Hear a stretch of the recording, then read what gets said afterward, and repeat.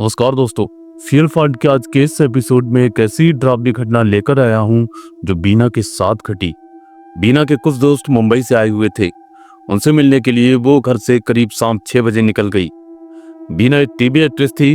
वो एक आइलैंड में रहती थी जो तीनों तरफ से पानी से घिरा हुआ एक समुद्र का टापू है। मलाड से भय सड़क मार्ग से जुड़ा हुआ है। सभी दोस्त मिलते हैं, रात में एक साथ बैठकर डिनर करते हैं और दोस्त के साथ बातें करते करते रात के 11:30 कब बज गए किसी को पता ही नहीं चला। बीना को अब घर जाने के लिए बहुत देर हो चुकी थी। उसने जाने को कहा तो उसके दोस्तों ने यह कह दिया, अरे यार तुम्हारे पास तो गाड़ी है, चली जाना, फिर चली जाना, थोड़ी देर रुक जाओ। बीना की माँ ने उसे 2-3 बार फोन कर चुकी थी, लेकिन अब रात बहुत ज्यादा हो चुकी थी। 12 बजे वो होटल से बाहर निकली और बहुत तेज बरसात चालू थी। रात में मर जाने का रास्ता सुनसान हो जाता है। 6-7 किलोमीटर तक कोई खास आबादी नहीं, एकदम सुनसान रास्ता है। मलाड से रात 12:30 बजे वहां कोई एक आखिरी बस चलती है और उसके अलावा इक्का दुक्का गाड़ियां इतनी देर रात नजर आती हैं। जैसे ही वो गाड़ी में बैठी, माँ का फिर फोन आया। बीना ने अपनी माँ से कहा, मैं कोई बच्ची नहीं, मम्मी आप परेशान मत हो, आधे घंटे में मैं आ जाऊंगी। उसने लड़खड़ाती ही आवाज में कहा। पार्टी में 2 पैक पीने के बाद बीना को थोड़ा बहुत नशा का सुरूर भी उसके ऊपर हावी हो गया था। वो बड़ी रफ्तार से अपनी कार दौड़ा रही थी। ईस्टर्न हाईवे से मिड चौकी तक आने में उसे ज्यादा वक्त नहीं लगा। रात में ट्रैफिक भी काफी कम था। मिड चौकी से अगले सिग्नल पर बाईं तरफ कब्रिस्तान के बोर्ड पर अचानक उसकी नजर गई। ठीक उसके बगल में ईसाइयों का ग्रेवयार्ड और उसके बगल में हिंदुओं की शमशान की भूमि देखकर उसे हंसी आ गई और उसने अपने ही मन में सोचा, कहीं एकता हो या ना हो, लेकिन यहाँ के भूतों में जरूर एकता होगी। या ये भी मंदिर मस्जिद चर्च के नाम पर लड़ते होंगे। उसने फुल वॉल्यूम पर गाने चला रखे थे और पूरी मस्ती में झूमती हुई वह गाड़ी चला रही थी। अचानक म्यूजिक प्लेयर की आवाज अपने आप कम हो गई। वो थोड़ा हैरान हुई, पर उसने दोबारा वॉल्यूम बढ़ा दिया। अगले मालवाड़ी चौराहे पर पुलिस वाले हर गाड़ी को चेक कर रहे थे। वह बहुत घबरा गई, क्योंकि 2 पैक पीकर चलाना गाड़ी कानून अपराध होता है। उसने म्यूजिक बंद कर दिया और बगल की सीट पर पड़ी अपनी साल को सर पर ओढ़ लिया। फिर कार की रफ्तार कम करके वो पुलिस के पास रुकने ही वाली थी कि पुलिस वाले ने लड़की को देखकर उसे जाने का इशारा कर दिया। बीना मन ही मन सोचती है, अगर चेकिंग होती तो मेरा लाइसेंस जब्त हो जाता, जान बच गई। लड़की होने के फायदे ही फायदे हैं। उसने चैन की सांस ली और साल को वापस उतारकर उसी बगल वाली सीट पर उतारकर फेंक दिया। मालवाड़ी से होती हुई वो उस पुल पर पहुंच गई जहां से एक रास्ता मारवे की तरफ मुड़ता है और एक मड आइलैंड की तरफ। पुल पर एकदम सन्नाटा था। दिन में यहाँ मछली पकड़ने वालों की भीड़ रहती है और अभी बारिश भी हल्की हो गई थी। उसने फिर से गाने चालू कर दिए। दूर दूर तक कोई नहीं था, ना कोई गाड़ी, ना कोई मोटरसाइकिल, ना कोई आदमी। सब एकदम सुनसान। सड़क के दोनों तरफ घने पेड़। दिन में यह रास्ता जितना सुंदर लगता है, रात में उतना ही भयानक लग रहा था। रोड लाइट भी हर जगह नहीं थी, कहीं कहीं गुप्त अंधेरा था। बरसात की वजह से उसे ठंड महसूस होने लगी। उसने कार का एसी बंद करके खुली हवा के लिए खिड़कियां थोड़ी थोड़ी खोल ली। उसका सिर चकरा रहा था और नींद से आंखें मुंदी जा रही थी। उसने एक जगह कार रोका और पीछे पर्स में पड़ी पानी की बोतल निकाली और अपने मुंह पर पानी के छींटे मारने लगी कि म्यूजिक प्लेयर अचानक से बंद हो गया। मैंग्रोव के घने जंगल और मछलियों की गंध हवा में तेजी से पेड़ हिलते देख अचानक उसे घबराहट होने लगी। उसने गाड़ी के अंदर लाइट जलाई और शंका से पीछे वाली सीट पर देखा। उसने घड़ी देखी, रात का 1 बज चुका था। लगता है इसका कोई वायर ढीला हो गया है जो मैं कल सही करवाती हूँ। यह कहते हुए उसने एक बार फिर म्यूजिक प्लेयर चालू कर दिया। अब तो बस भी जा चुकी होगी, मुझे इतनी देर नहीं रुकना चाहिए था, उसने अपने आप से कहा। उसने अपनी कार की रफ्तार बढ़ा दी। सड़क ज्यादा चौड़ी नहीं थी और बीच बीच में काफी घुमावदार मोड़ भी थे। 7-8 किलोमीटर के लंबे रास्ते पर 3-4 जगह कुछ ही दुकानें हैं, पर उस समय सब दुकानें बंद हो चुकी थी और बरसात की वजह से सड़क पर एक भी कुत्ता नजर भी नहीं आ रहा था। म्यूजिक प्लेयर चलते चलते फिर अचानक से बंद हो गया। एक डर की लहर उसके शरीर में दौड़ गई। उसने बाईं तरफ देखा तो एक सुनसान बंगला नजर आया। उधर पिछले ही दिन एक हॉरर फिल्म देखी थी, उसे वो याद आ गई। उसने उस फिल्म में देखा था जिसमें एक परिवार पिकनिक मनाने जाता है और वापसी में उनकी कार खराब हो जाती है। रात बिताने को वो ऐसे ही एक सुनसान बंगले में घुस जाते हैं, पर बंगले का दरवाजा खुला होता है। पर उन्हें कोई नजर नहीं आता। बंगले में सब कुछ अपनी जगह पर सजा हुआ होता है। कई बार आवाज देने के बाद भी जब कोई नहीं आता तो वे बेतकल्लुफ होकर वहीं रुक जाते हैं। बच्चे खेलने लगते हैं।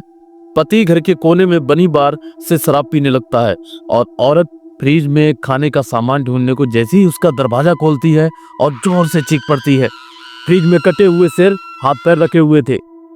नैना को ऐसा एहसास हुआ जैसे एकदम वो वहीं पहुंच गई हो। उसने एकदम तेज ब्रेक लगाए और गाड़ी बंद हो गई।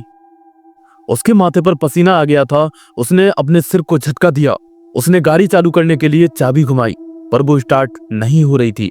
वो जोर जोर से गाड़ी के स्टीयरिंग पर मुक्के मारने लगी। डर और बेचैन के मारे उसकी हालत खराब हो गई।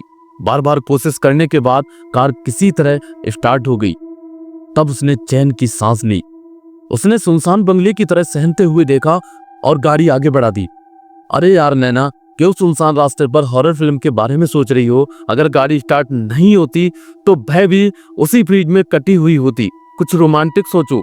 सोच भी ना, अगर इस समय आहान होता, ऐसे रोमांटिक मौसम में कार चलाने का मजा ही कुछ अलग होता। आहान उसका बॉयफ्रेंड था।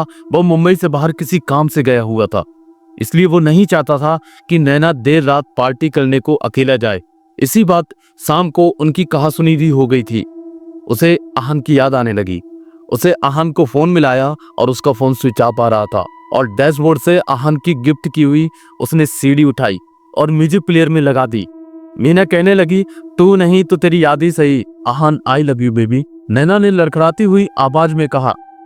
तभी उसमें से गाना बजने लगे। सैटरडे सैटरडे कर रेंदी हेंदी कुड़ी, सैटरडे सैटरडे। प्लेयर ऑन करते ही बादशाह की आवाज में गाना चालू हो गया। उसने वॉल्यूम फुल कर दिया और खुद भी जोर जोर से गाने लगी और डर एकदम से गायब हो गया।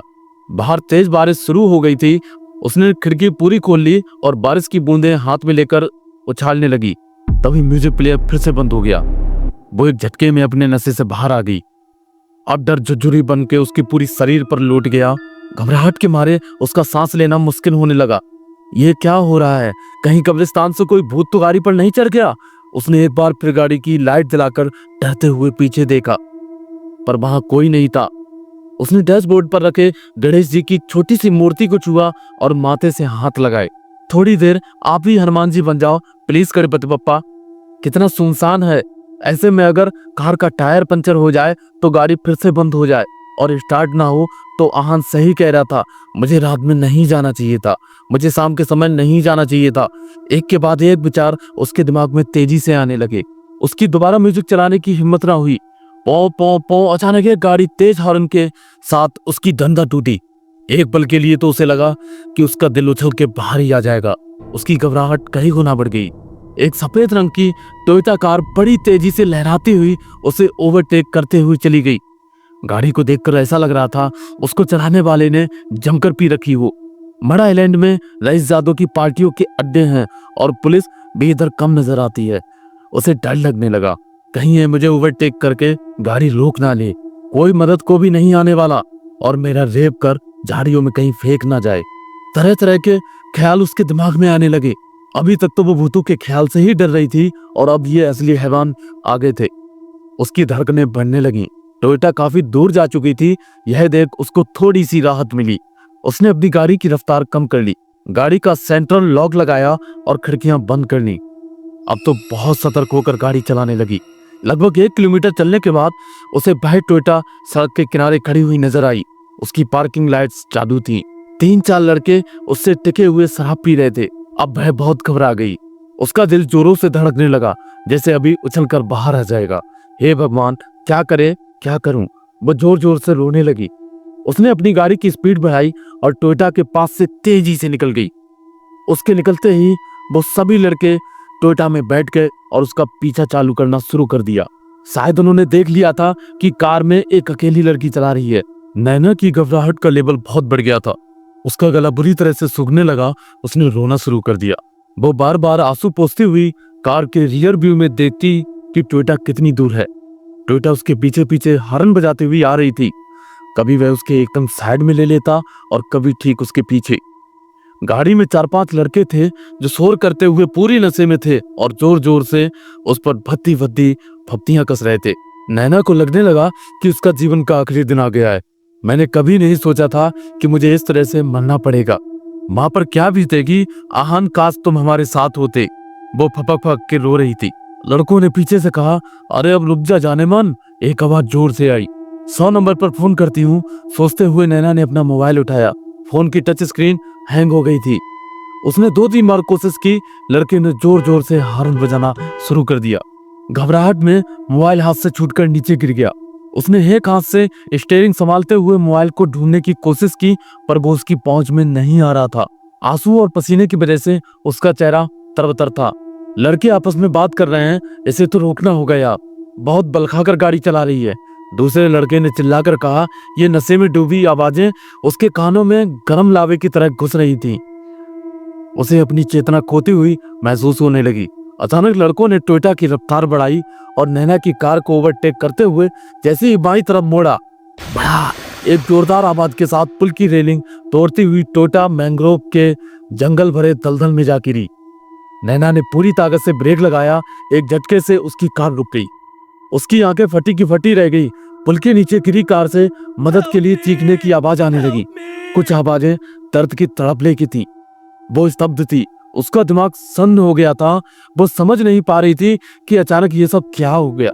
तभी मोबाइल की घंटी बजने लगी। मोबाइल की आवाज भी जैसे उनके कानों में पर्दे फाड़ रही थी।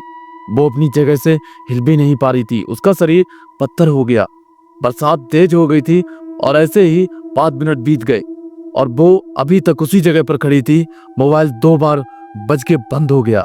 वो चाहकर भी मोबाइल को झुककर ढूंढ नहीं पा रही थी। दलदल से आने वाली चीखें थम चुकी थी। लगभग 20-25 मिनट बीत जाने के बाद उसने खुद को शांत करने की कोशिश की। अपनी आदत के मुताबिक कार के रियर व्यू मिरर में देखा तो उसे दिखा एक औरत का चेहरा जो पूरी तरीके से सजी धजी हुई थी। बड़ी काली आंखें, सुर्ख प्लास्टिक और माथे से बहता हुआ खून जो उसके चेहरे के बाएं हिस्से को ढका हुआ था। वो एक झटके से पीछे मुड़ी, पर पीछे कोई नहीं था। उसने गाड़ी को पूरी रफ्तार से भगा दी और वो चीखना चाहती थी, पर वो डर की वजह से उसकी आवाज भी निकलना बंद हो गई। उसने गाड़ी की लाइट जला ली और डर के मारे रियर व्यू मिरर में नहीं देखा। बदहवास हो 15 मिनट गाड़ी दौड़ने के बाद वो किसी तरह से अपने घर पहुंची। उसने अपनी चाबी से दरवाजा खोला और चुपचाप माँ के कमरे में जाकर उनके पास लेट गई। अब उसे अपने कमरे तक जाने में हिम्मत नहीं हो रही थी। मैं कहती थी इतनी रात उस रास्ते से आना खतरनाक है, पर तू कभी नहीं सुनती। कल रात एक एक्सीडेंट हो गया और सब मारे गए। लेकिन उसे बाद में एहसास हुआ कि माँ के हाथ में चाय और अखबार लेकर उसे जगा रही थी। वो एक झटके से उठ बैठी। उसने अखबार को छीनकर खबर देखी और पर वहां लिखा था, बड़े बड़े अक्षरों में लिखा था, भूतिया पुलिया से टकराकर एक और कार दुर्घटनाग्रस्त। गाड़ी में 5 सवार लड़कों की मौत हो गई है। लड़के टोयोटा कार में थे और सभी ने भारी मात्रा में शराब पी रखी थी। पुलिस ने बताया कि रफ्तार की वजह से उनकी गाड़ी से कंट्रोल खो गया और गाड़ी पुलिया की रेलिंग तोड़ते हुए खाई में गिर गई। पर स्थानीय लोगों ने इसे उस दुल्हन की भटकती हुई आत्मा का कारनामा बता रहे हैं, जो अक्सर देर रात इस जगह के आसपास अक्सर घूमती है और गाड़ियों से लिफ्ट मांगती है। आखिर वह कौन थी? और यह कहानी आपको अगर पसंद आई हो तो प्लीज वीडियो को लाइक और चैनल को सब्सक्राइब जरूर कर दें। और ऐसी ही वीडियो लाने के लिए जल्द ही मिलते हैं नेक्स्ट वीडियो में।